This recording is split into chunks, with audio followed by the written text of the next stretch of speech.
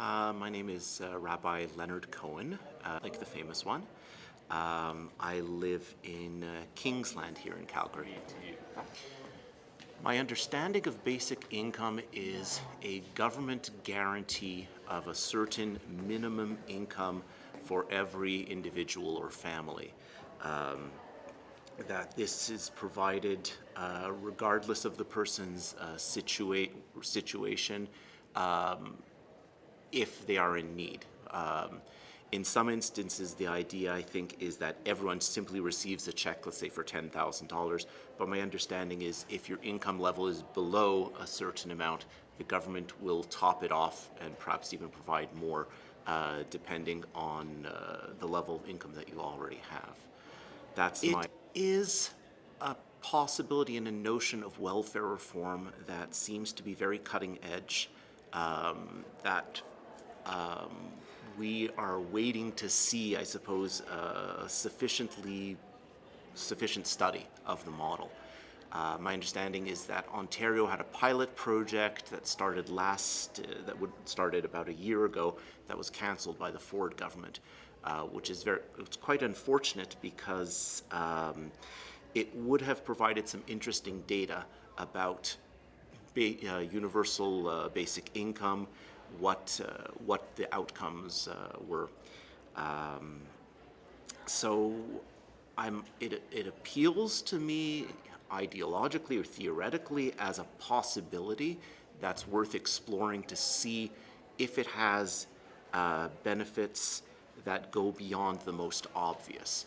In other words, does it have benefits related to health, related to food, related to employment, homelessness, all of these different things.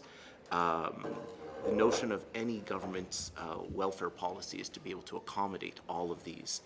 And so then the question is, could basic income do this more effectively than others?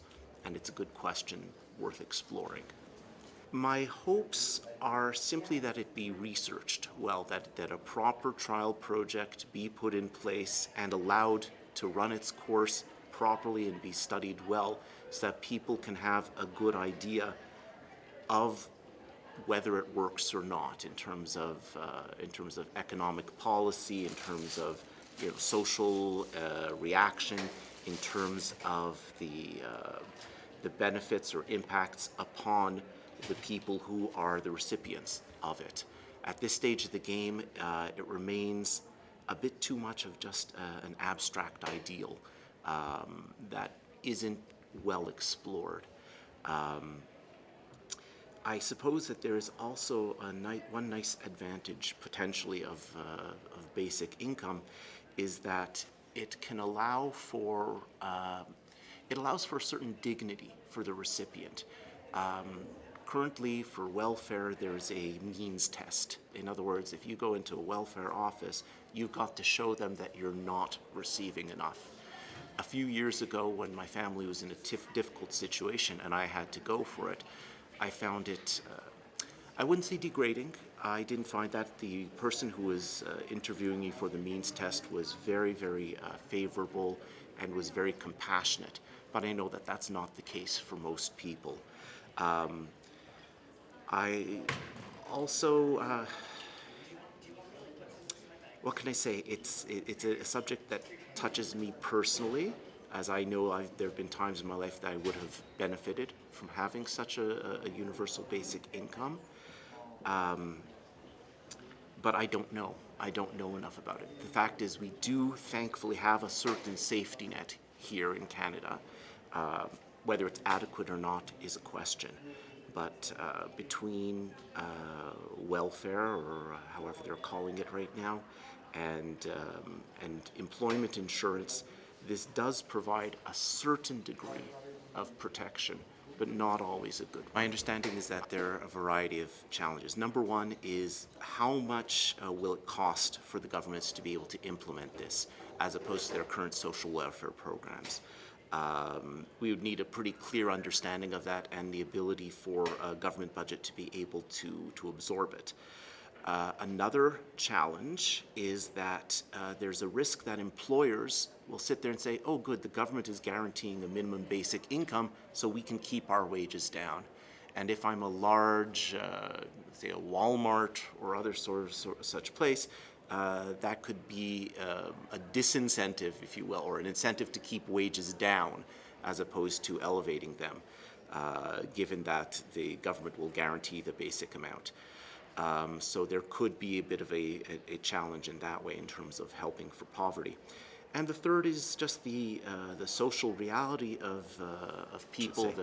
With any welfare program, there can be a potential disincentive for people to work. A mother with kids might say, well, you know what, it's not really worth it for me to go back to the workforce if I'm getting this income. For other people as well, there can be a potential small disincentive. I do not believe it's a large one. Personally, I believe that for the most part, people do want to work and be productive, but it would be ideologically blind to imagine that there weren't some people who might prefer to be on the universal basic income as opposed to I suppose, you know, without the safety net. The alternative is being without a safety net, if you will, or talking for a city like Calgary, let alone one for Vancouver or Toronto, the dollar amounts involved. I mean, no one is getting rich off of it. A certain amount of the prejudice, if you will, against poverty recipients is, you know, it's an ideological thing. It's born of ignorance at times. I do not perceive your average poor person having fundamentally different values than your average middle class or upper class person in terms of what they strive for and what they would do. I think for the most part, people make, well, I wouldn't say exactly rational decisions, but you know, they make the best decisions based on their current situation. So I tend to be fairly favorable to amplifying social assistance programs.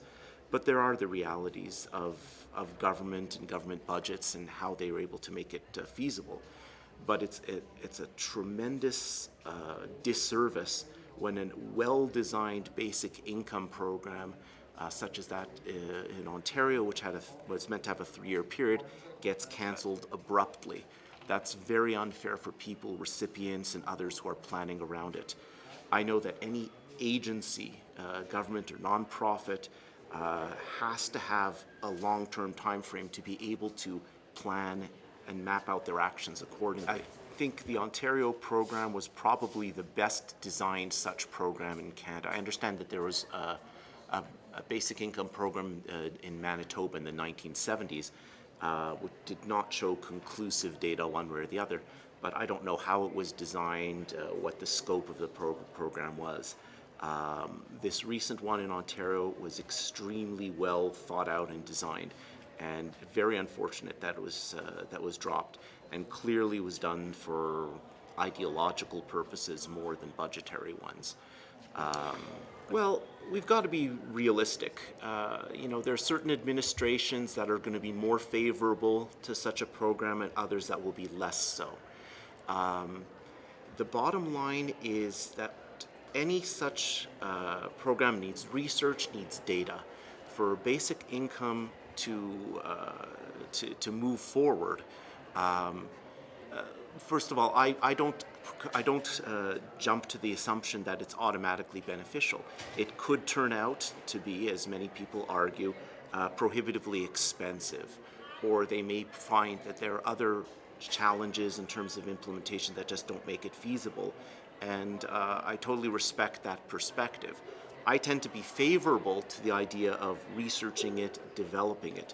But to make any such thing a reality, it needs to be done with proper research, proper testing of the model, refinement, improvement, etc. And once there is sufficient data, then there is good arguments for or against it, and there can be a wisdom that's developed. There's a middle ground, I think, that's worth walking. I imagine the majority of people that will be watching a film like this or exposed to it will tend to be fairly more left-leaning and quite favorable towards it. To which I say that's fantastic to be able to have the sentiment and compassion, but to be aware that that compassion does need to be balanced by proper research and data and convincing evidence, if you will, beyond the emotional connection. That's generally a wise thing when it comes to policy. But by the other token, and unfortunately this may not be too many of the people that watch this, but I can tell you from personal reality, from other things, that there is no huge distinction between a poor population and a wealthier one except on living conditions, in terms of values, in terms of desires, in terms of what's important. This is not a different thing. There's that, it's a bit of a trite saying, there but for the grace of God go I. But it is true. It is true that any one of us could find ourselves in a situation, and even a person who has lived in great privilege is not immune to the threat of living this, and vice versa. A person who can be 30 years on social assistance and drug addiction can come out of it and be indistinguishable, from anyone else who's doing it.